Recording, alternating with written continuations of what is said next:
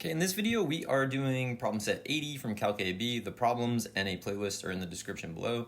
Let's see what we got. So we want to use the table of values for the differentiable function f to answer the questions. We want to approximate the integral from 5 to 20 using a left sum. Okay, so we start off by writing the definite integral and we say approximately equal to. That's how you're going to want to start. Now what we need to do is we need to figure out each of our rectangles. So the first one, we're going to go from 5 to 10. That's 5, and then a left sum, so we'll use the left endpoint, which is at 5, so -5 is the height of our rectangle. Then we're going to go from 10 to 13, which is 3. The left endpoint there is at 10, which will give you 8 for your height. And then we'll go from 13 to 16, so that's 3 again. The left endpoint is at 13, which gives you a height of -2. And then finally, we'll go from 16 to 20, which is 4. The left endpoint occurs at 16, and that is 6. So we get this. If you add all of these up, on the AP exam, you would leave this. You would not bother to do it because you might make a mistake and cost yourself a point that you don't need to cost yourself. But you get 17 when you add them all up. All right, let's look at the next part. At minimum, how many times must f of x equal 0 between 5 and 20? All right, so what you do is you just kind of like look through the table for sign changes. So -5 to 8, definitely. Then 8 to -2, that's another one. Somewhere in there, there's a sign change, right? Well, there's a sign change. Somewhere in there, there's a 0. -2 to 6, and also 6 to -5. So the answer is definitely 4. We just need to write our answer in a way that will get us all the points on every question like this ever, right? So I'm going to use the intermediate value theorem on this, which means that I need the function to be continuous, but I'm not given explicitly that the function's continuous, so I need to establish that. So I will say f of x is differentiable, which implies continuous. All right, now I know that we have continuity. I'm just going to set up all of my inequalities. So here's what that looks like. F of 5 is less than 0 is less than f of 10, and then f of 13 is less than 0 is less than f of 10, f of 13 is less than 0 is less than f of 16, and finally, f of 20 is less than 0 is less than f of 16. So that's the 4 inequalities. Now, why do I have a 0 on each of those? I have a 0 on each of those because of the intermediate value theorem. So by IVT, f of x must equal 0 at least once for each of them.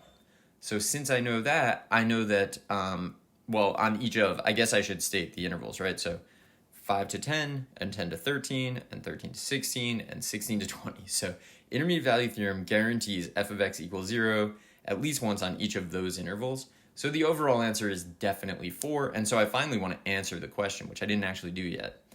F of x equals 0 at minimum 4 times. It could be probably not an infinite number. That's probably some problem with differentiability, but it could be almost any number, like 1,000, whatever. Think of a trig function with a very small period. That's possible. All right, next up. Find the average rate of change of f of x on the interval from 10 to 16. Average rate of change is algebra 1 slope, so I'm going to show the setup, f of 16 minus f of 10 over 16 minus 10. Then you look at the table, f of 16 is 6, f of 10 is 8, so that's going to be -2 divided by 6, and -2 divided by 6 is -1/3. That's our answer for the average rate of change.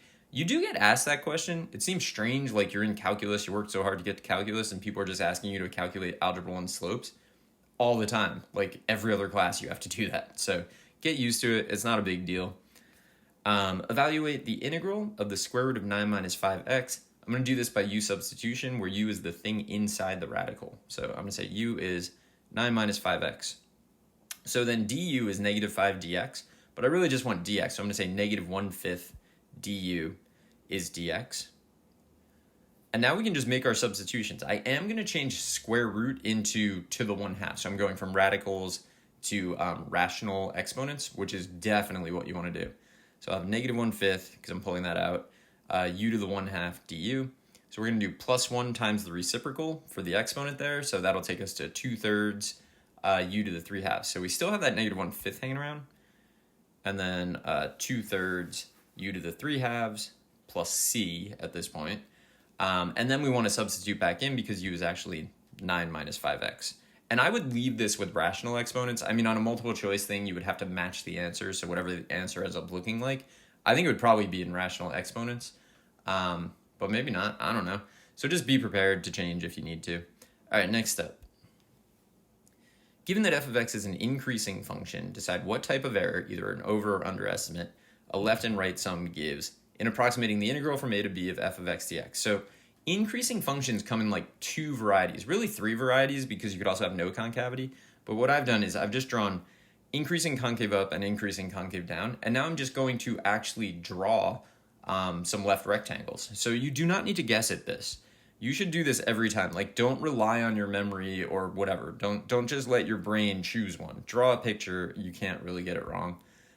So these are my left rectangles. They're clearly under the curve, so this is going to be an underestimate.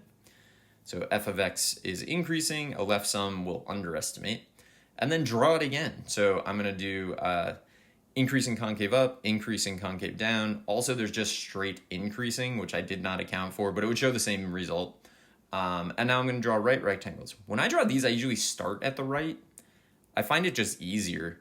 And there. So you can see that you're above, right? There's too much area there. So this is going to be, if f of x is increasing, a right sum overestimates the integral from a to b of f of x dx. That's a really important idea to get straight in your mind. You can always draw the picture, and the picture will basically answer the question for you, but you're going to get asked that question a lot. Like, do this definite integral using right sum or left sum. Did you over or underestimate? So just know that the picture can help you out. That's the end of the problem set. I hope this was helpful, and good luck.